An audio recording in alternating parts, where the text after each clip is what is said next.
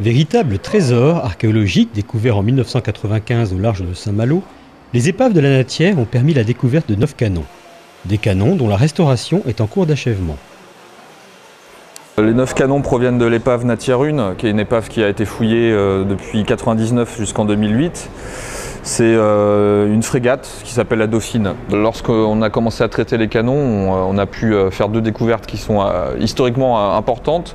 C'est à la fois en carottant le canon pour lui permettre une meilleure conservation.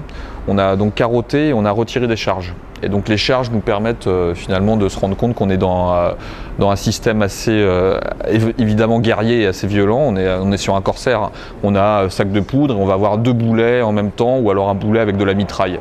Donc ça c'est une information technique, mine de rien. Et on a aussi des informations qui sont cette fois-ci plus historiques. C'est les inscriptions qui apparaissent sur la surface du canon.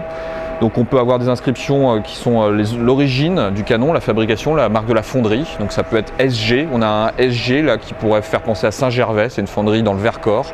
On a aussi des inscriptions qui apparaissent là au niveau de la culasse qui sont les numéros de série ou le poids aussi du canon. Donc on a retrouvé par exemple 20-60, alors le 20-60 c'est le poids en livres en fait. Donc 20-60 ça correspond en effet à peu près à 1000 kg et c'est le poids qu'on a pesé au moment de la découverte. Donc c'est tous ces éléments là qui grâce au traitement finalement nous permettent d'en savoir un petit peu plus aussi sur l'histoire de cette épave, sur l'histoire de ce bateau et l'histoire des gens qui ont été dessus. Nettoyage au burin, traitement par électrolyse, sablage et vernissage, il aura fallu 4 ans au laboratoire nantais Arc Antique pour redonner aux canons leur lustre d'antan. Donc la pièce apparaît comme la pièce que vous avez sous les lampes là-bas.